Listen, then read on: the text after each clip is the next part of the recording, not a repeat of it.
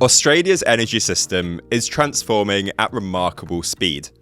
Renewables are surging, demand is growing, and the transition is accelerating in ways we've never seen before. But between all of this new generation and the communities who rely on it, sits one of the toughest challenges in the transition: building the network that connects everything together. And in a country as vast and varied as Australia, moving energy across long distances is a different kind of challenge altogether. So, what if the answer wasn't always about transporting power hundreds of kilometres? What if more of our energy could be generated and shared within the communities that use it? Well, that's the idea behind Osgrid's new Community Power Networks initiative. It asks a simple question: can we unlock the enormous solar potential sitting across Australia's urban rooftops and share it with households who can't install panels of their own? In this episode, Steve Lewis, Project Director for Community Power Networks at Osgrid, takes us through a vision of how this could be achieved, what it could mean for the future of the grid, and why distribution networks such as Osgrid could be best placed to implement it. If you're not familiar with the Australian energy system, we mention a few acronyms throughout the episode. DNSP, which stands for Distribution Network Service Provider, the AER, which is the Australian Energy Regulator, and AEMO, or the Australian Energy Market Operator. If you want a comprehensive introduction to how the NEM operates, we'll link to our series, The Energy Academy Australia, in the show notes. Let's get into the conversation.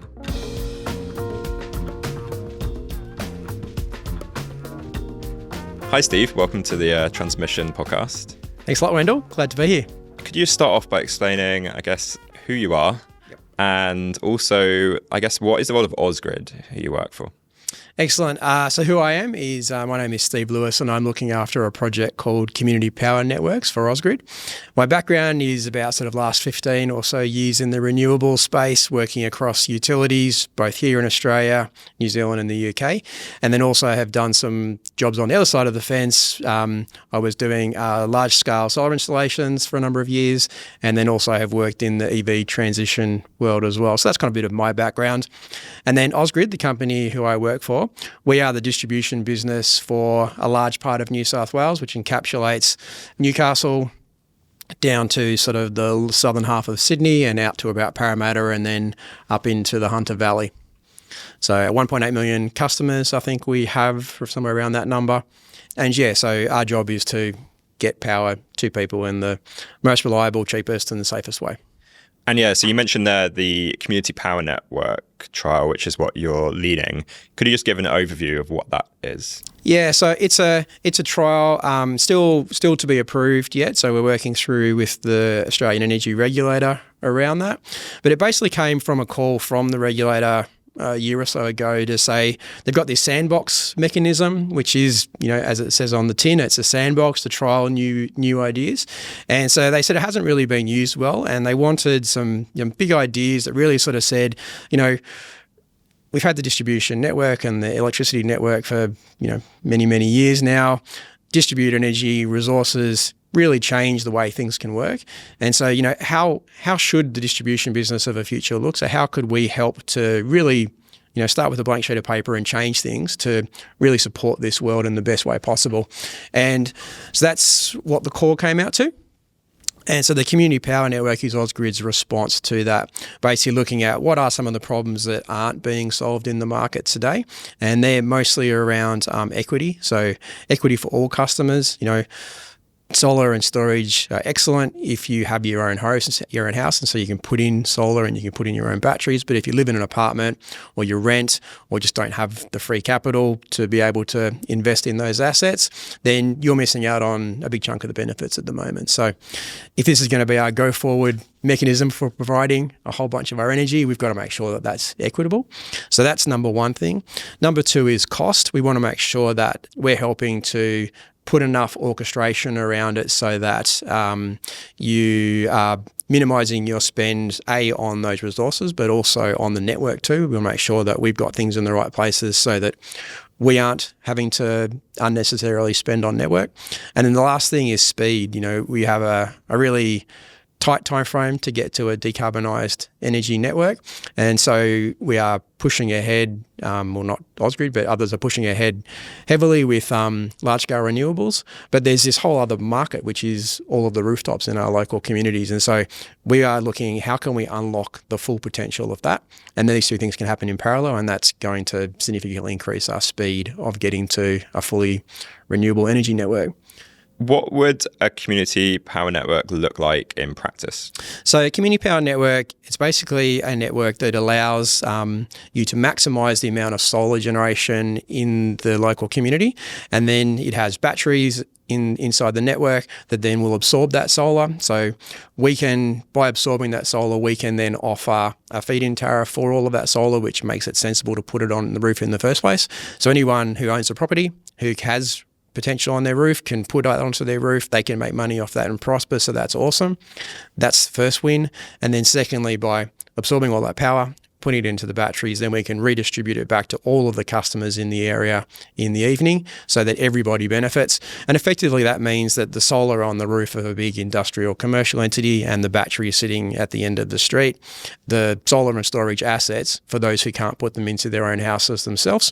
And it means that, you know, we will operate them on their behalf and then pass all of the benefits back to those customers. And effectively it means they have their own version of their storage and solar, which solves that equity problem. Yeah, and so I guess, so within the proposal, you have rooftop solar, as you have today, but then the key component of it is batteries, which would be owned and operated by Osgrid. Is that right? Yeah, and so the really important thing there is the operate. So it's the orchestration that we think is really different. So what we have at the moment is a situation where, you know, feed-in tariffs, even on residential electrical contracts, aren't high enough to warrant just putting solar on your roof, literally to feed it into the grid. You know, the sort of the typical cost of solar is about 6 cents per kilowatt hour to build. If my feed-in tariff's only 4 cents, that means there's no incentive there. And for commercial industrial, it's even worse. Typical a commercial contract doesn't have any feed-in tariff, so there's no incentive to fill the roof up. So we need to change that as the first port of call. So we will use our batteries to be able to absorb all power from the local energy, and we'll make an arrangement with the locals to say, we'll buy that power off you at a rate which makes sense, so which is above 6 cents. We then bring that in. Then we will hold the energy, use that to push it back into the network when the network starts to get busy in the afternoon, thereby reducing peak demand, which gives us network savings and benefits that we can pass on to customers. And then all the profits made on the arbitrage of the energy, that creates a dividend pool, which we will then distribute back to all customers on an annual basis. And that's how everybody gets their sort of fair share of the benefits that solar and storage can create. I guess Osgrid as a DNSP have typically been focused on the network infrastructure part of that network. Yeah, well, what benefits do you see from Osgrid actually providing that then orchestration element, as opposed to having some sort of market-based solution? Yeah, we see there's still definitely, even in our solution, there are parts of that which are played by the market. So we don't want to sort of, you know, completely own the entirety of the network. We're seeing gaps though that we think we can help to fill. And so the first is, if you want to really orchestrate where you need storage, and so work out in your network, you know, where are the constraints, where's voltages are starting to go a bit askew, where do I need to put batteries, we're the only entity that actually has visibility across the entirety of the network and what all customers are doing. Even the 3 large retailers still only see, you know, roughly a third of the network each. So we're in that unique position where we have the ability to access everything. We also have the ability, therefore, to get good scale of what we're doing and to use the batteries to really solve those network problems, which helps us to tap into some extra value streams that we can pass back on to customers then.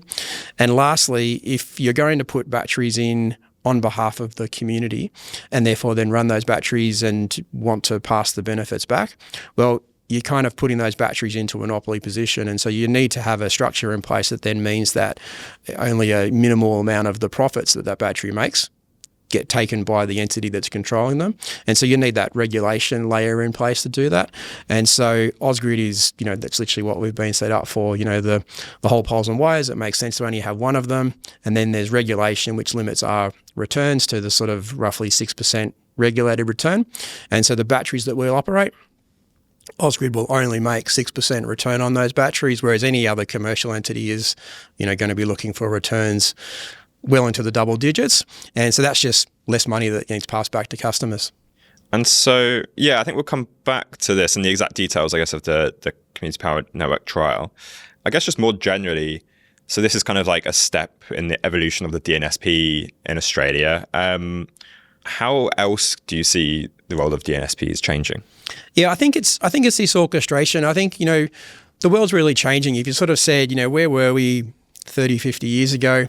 Generation was best done in large scale entities like, coal plants, and they were best to be done. You have to have those remote, and then your consumption was over here. And so the distribution business's job was to get the power from A to B.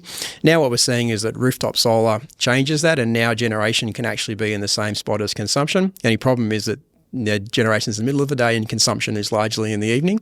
So the distribution business's job is not to bring the electrons from A to B, but it's to distribute the electrons from midday to 6 p.m.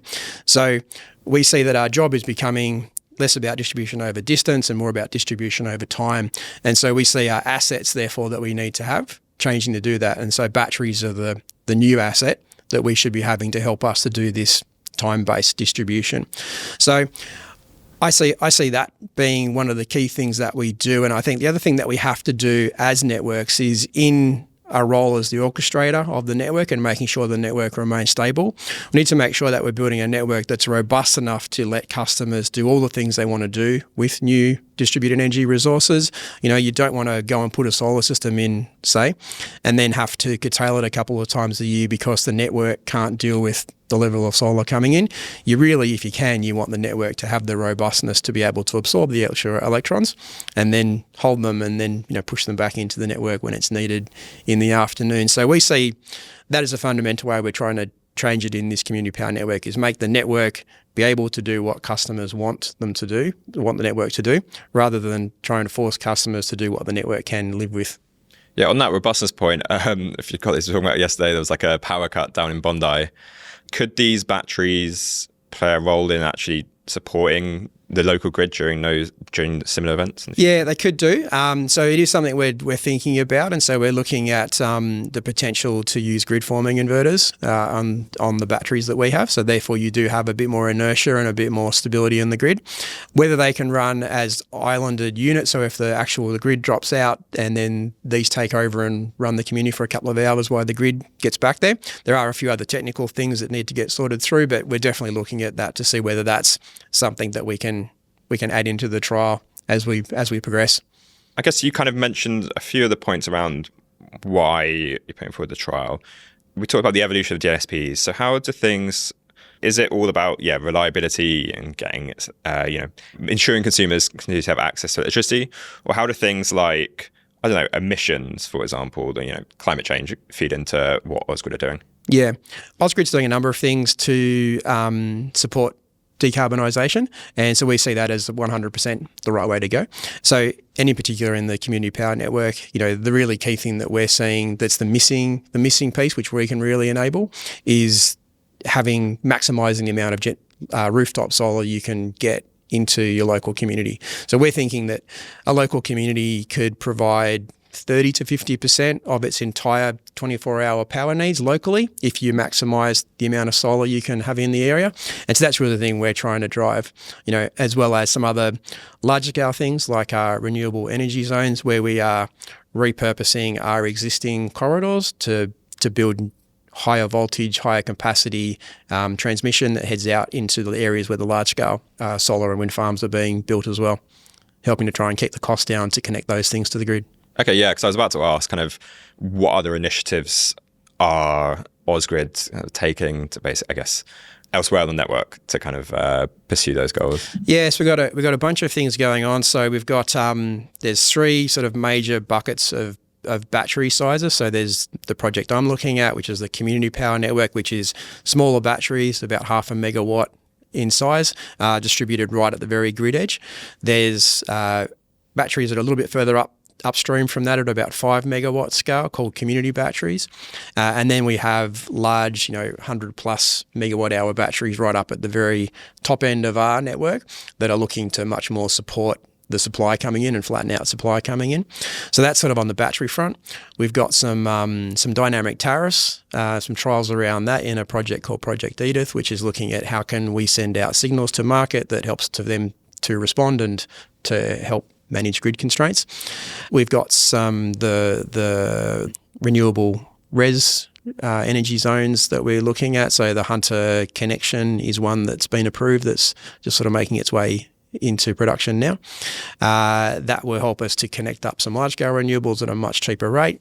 And then maybe one of the things that we are doing is the EV charging as well. So trying to help to use our pole tops to put EV chargers on that effectively say that the poles and wire assets come down to the physical charging unit, and then all of the charging retailers sit on top of that. So you can go to any particular pole, and doesn't matter which operator you're with, you can use that charger, and it's not owned by any individual charging operator.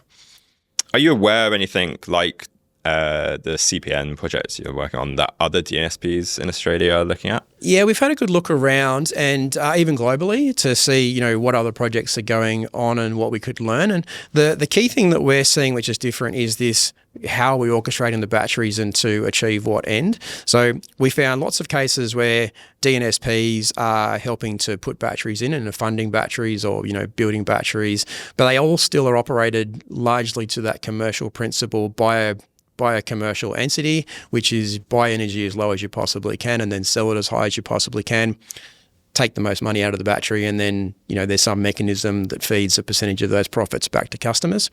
Whereas what we're doing is saying, even if wholesale market pricing in the middle of the day is gone negative or very, very low, below the cost of a solar system, we are still going to support the local solar providers who have put panels on their roof by giving them the rate we pre-agreed.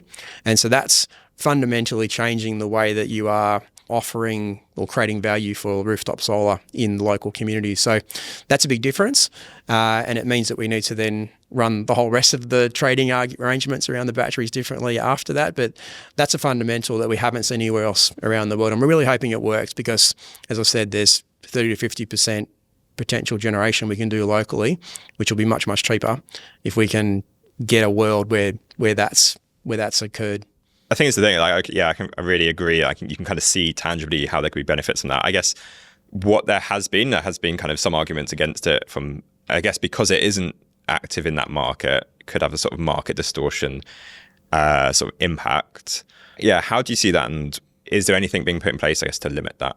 Yeah, so I mean, in terms of what we're doing to try to make sure that there is still competitive arrangements in place here, and that we're not unnecessarily overstepping what it would be good for us to do, is so we will have a commercial trading partner working with Osgrid inside the community power network. So that will be something which is we go to tender for, and so that partner will be a competitive element there to say who can help to get the best value out of these batteries. So that will mean that all of the innovation, all of the smart algorithms that many different commercial entities have created, we can help to tap into that to get best value out of these batteries, which ultimately will mean more value going back to customers. We will obviously do tenders on all of the suppliers for the batteries and everything else. The commercial market for solar, we are enabling that by creating the higher feed-in tariff, but we're not looking to try to build and own the solar. We're looking to the commercial markets and the property owners to find solutions that can tap into this new value stream we're creating and build that solar out. So there's many elements which are still going to be operated by commercial entities inside the community power network. And then we think it will change the world for the large retailers to some degree, because all of that energy which we're now going to enable locals to generate in their community, well, that would have once upon a time been generated by a traditional generator, and so the profits on that and the arbitrage on that would have been in their court.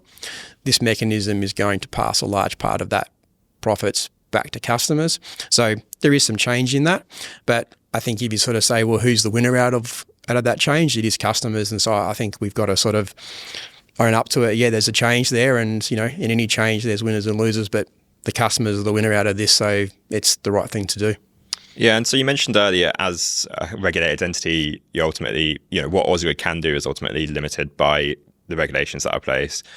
So this is sort of being done through, I guess, this particular sandbox kind of environment. I mean, looking at longer term, what do you think could change, or I mean, would you like to change with the regulation that sits behind DNSPs in Australia? Yeah, I don't think a lot needs to change, to be honest. I think the main thing that we're sort of seeing here, that a lot of the waivers that, that we and other DNSPs are putting in place is all around just really the ability to own and operate batteries.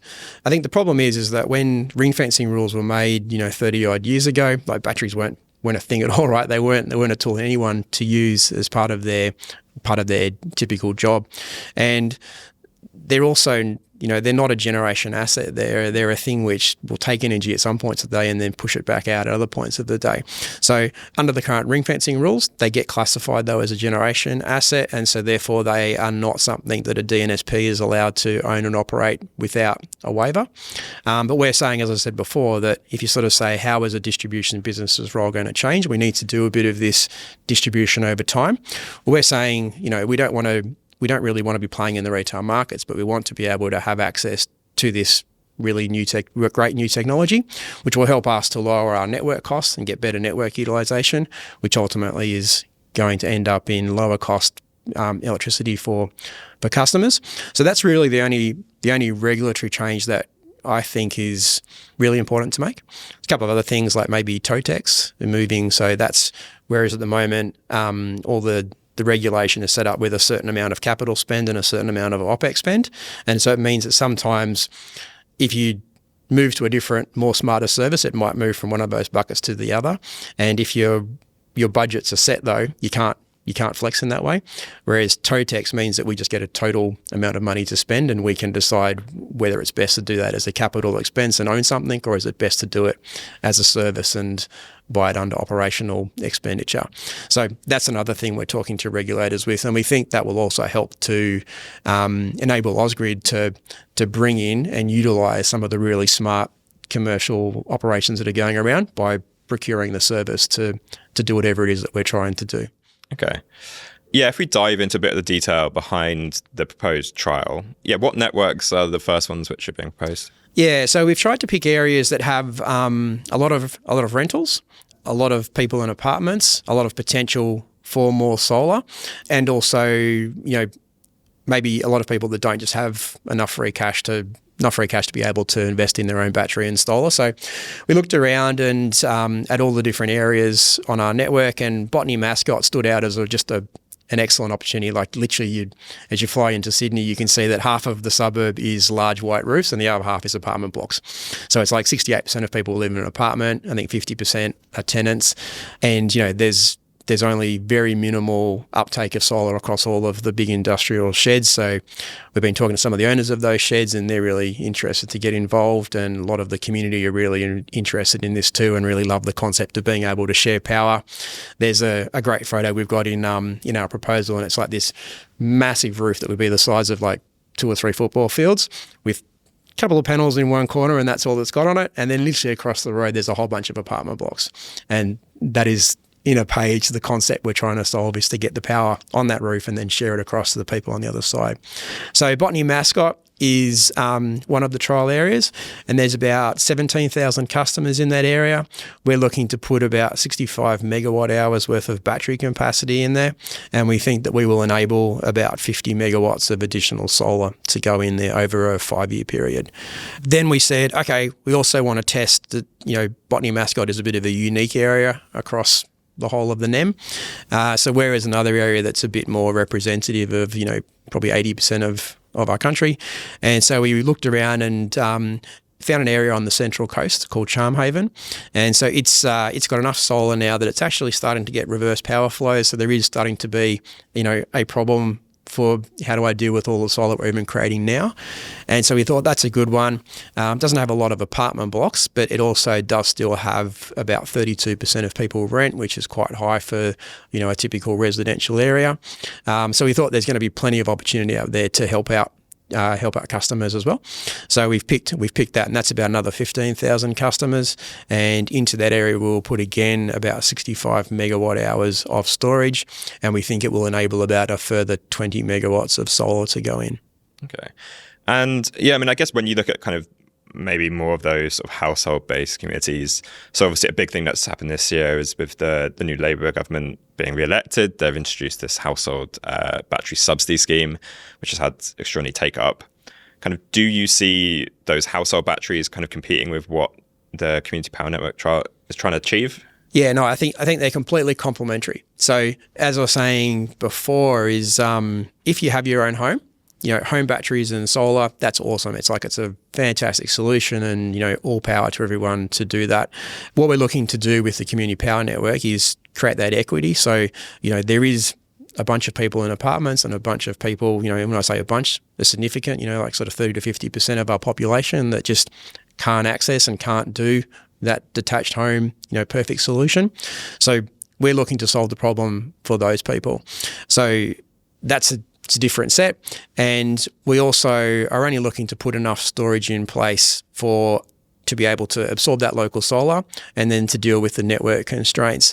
The storage that people put into their own homes or properties that is then orchestrated by retailers and via all sort of the normal mechanisms in the market, that will definitely push the grid in the right direction. So we will use that momentum, and then our batteries will be the tweaking on top, nuancing to make sure that we can flatten out all the peaks and troughs in what comes through the grid. And so in terms of the status of the trial, so it's been kind of proposed and it's gone through a consultation. This is at the time of recording in mid-November. How are you working with the AER and any other market bodies to kind of address some of the concerns that have been raised? Yeah, so we've been working closely with a number of people. So AER, obviously, we have a fortnightly catch up with the AER. And so we think that we're hoping that we will hear back from the AER formally quite soon. So that's sort of an imminent decision. Other parties that are involved in that conversation is AEMO, about what we can do.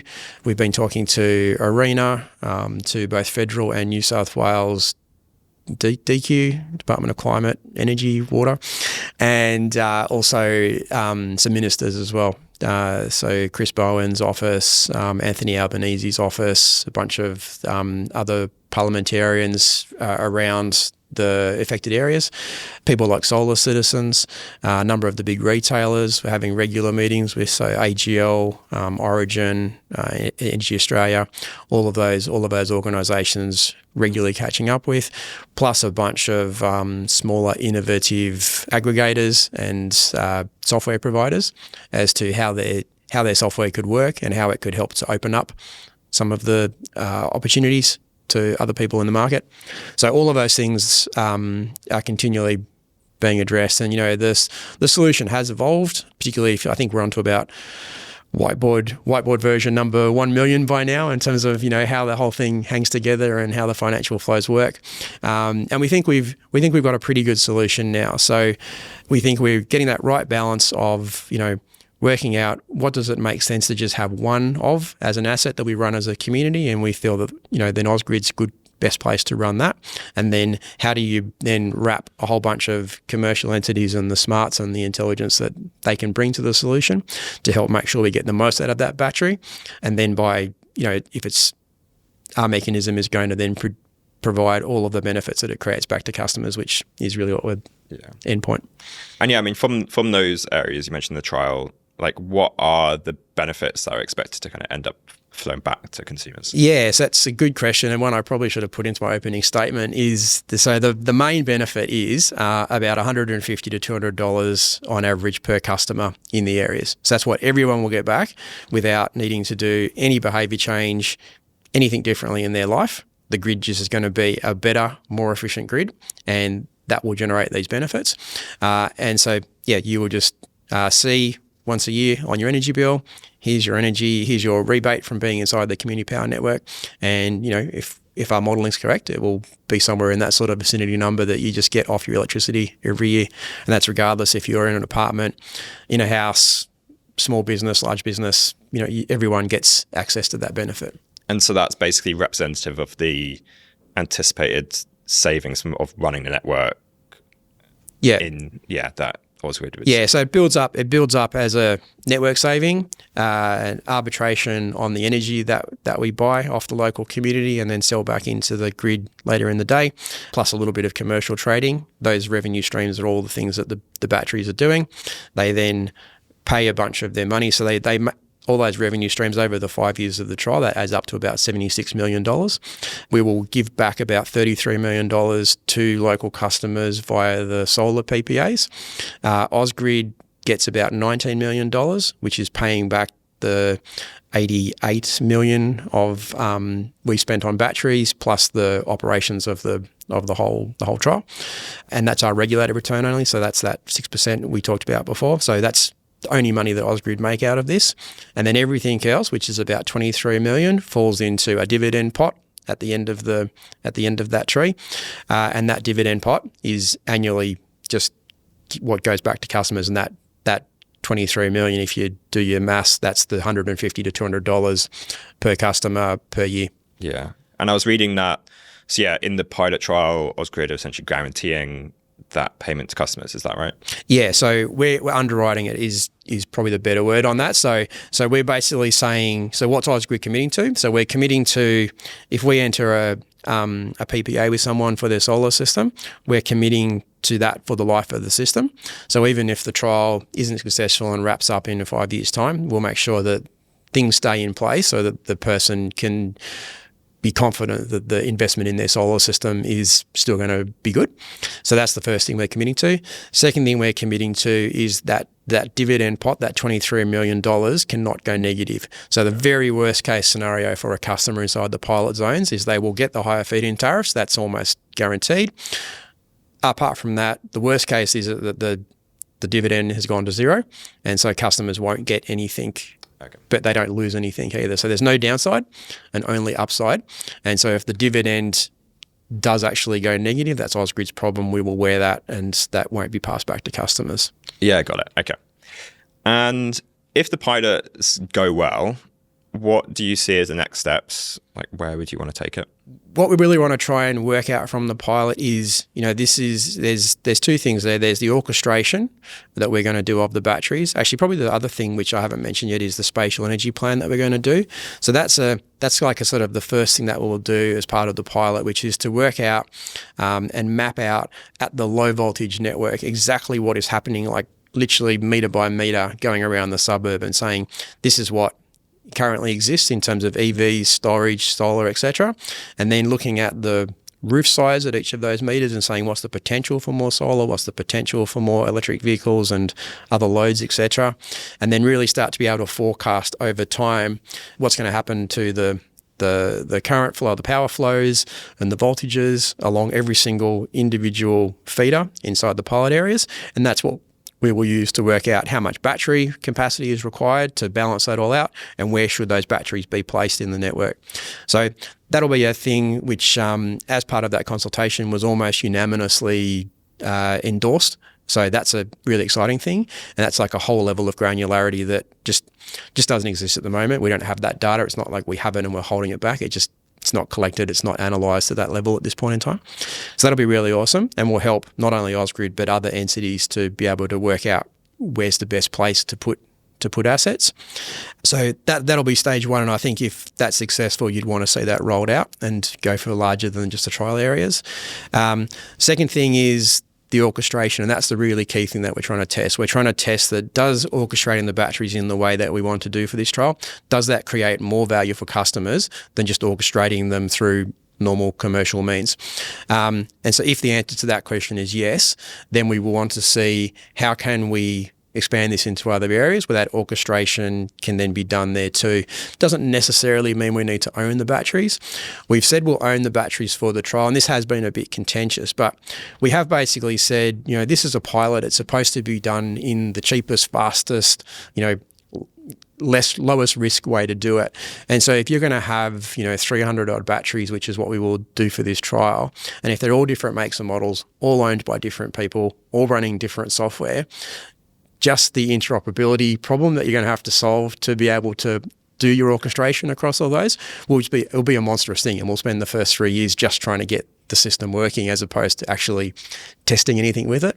So we said, for simplicity, for the trial, let us just own the batteries. We will do 1 or 2 makes and models. That means they can be directly interfaced into our systems because there's no cybersecurity around different entities owning batteries on our network.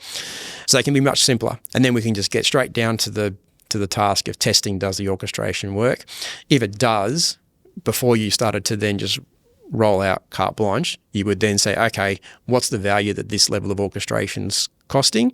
What would I be able to procure that service from the commercial market be?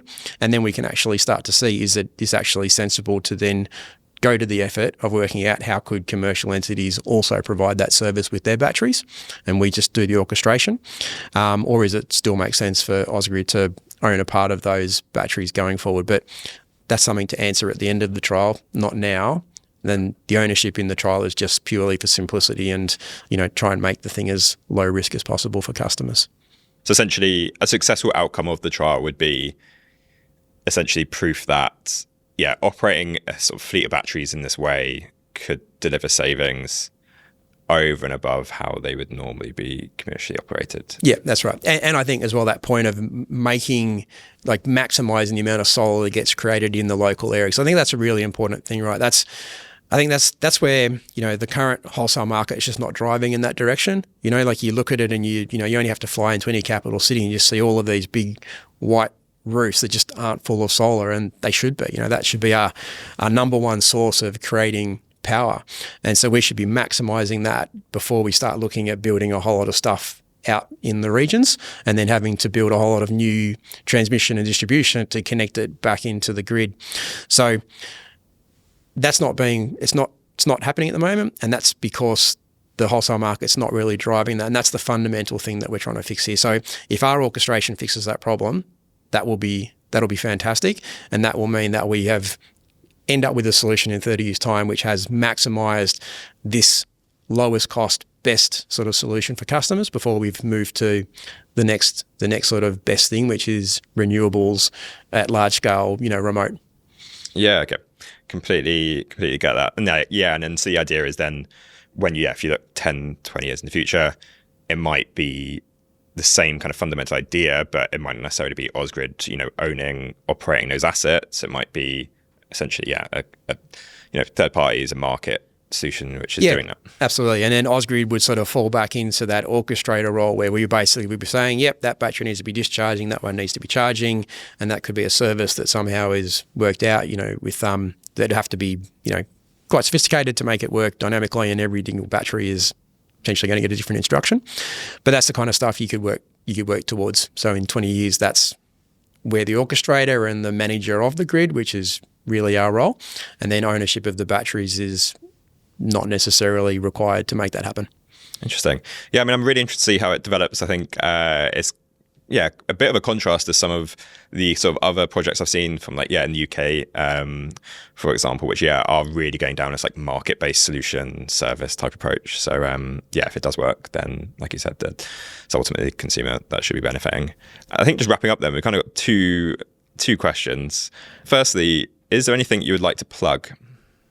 So I think we talked about all the different initiatives that Osgrid's doing, and I think they're the things that I'd like to plug. So obviously my own project, Community Power Networks, we'd love to see this thing get the opportunity to trial this and see whether this does work. The other thing which we're really trying hard to get in place at the moment is the EV charging.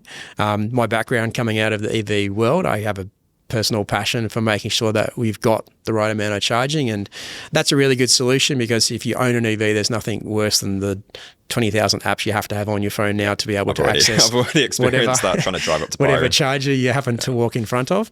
And so the solution that we're looking at is basically, there's a charger on the pole, and it kind of works out. ATMs, I think, is the best parallel to that. You remember 10 years ago, you'd only be able to go to your bank's ATM to get money out, and if it was a different one, you couldn't use it. And then in the background, they've worked that out now that you can just go to any ATM now and just put your card in. This is the same thing for chargers. Is basically the charger is there. It's just an asset that's just part of the grid, part of the the commonly owned stuff, and then all of the retailers sit on top of that. So I can be with any different charge operator, and I can just go and I can tap onto that particular charger and I can use it. I don't have to worry about whose charger it is. So that's a really good solution. I can see that really helping for people who live in apartments and, in areas who don't have a garage, to be able to get easy access to overnight charging, which is definitely the way you want to do charging if you own an electric vehicle. Yeah, and that would have made a couple of my EV trips simpler that I've experienced so far. And the final question is, what is your contrarian view? So I think the contrarian view is that the wholesale market knows best. So a lot of the pushback and the commentary is that, that we've had in this project is people with that base assumption that, well, why are you trying to distort the wholesale market? And that's the assumption there, is that the wholesale market is always going to drive the most efficient solution. And I just don't think it is. Because if you do say and you believe the fact that rooftop solar is the best way to get the cheapest power for customers, and then you look at what we're doing, and that's not the case. We're not maximising the amount of solar that we could possibly put into our local communities, and we're not then utilising that first of all. So that to me says that something's not right there, and so that's what we're trying to fix with this. Okay, I think that definitely, take that as a contrarian view. Awesome. Well, Steve, thanks a lot for coming on the podcast. No, pleasure. It's great to hear, and we're interested to see how it progresses. Yep, I am too.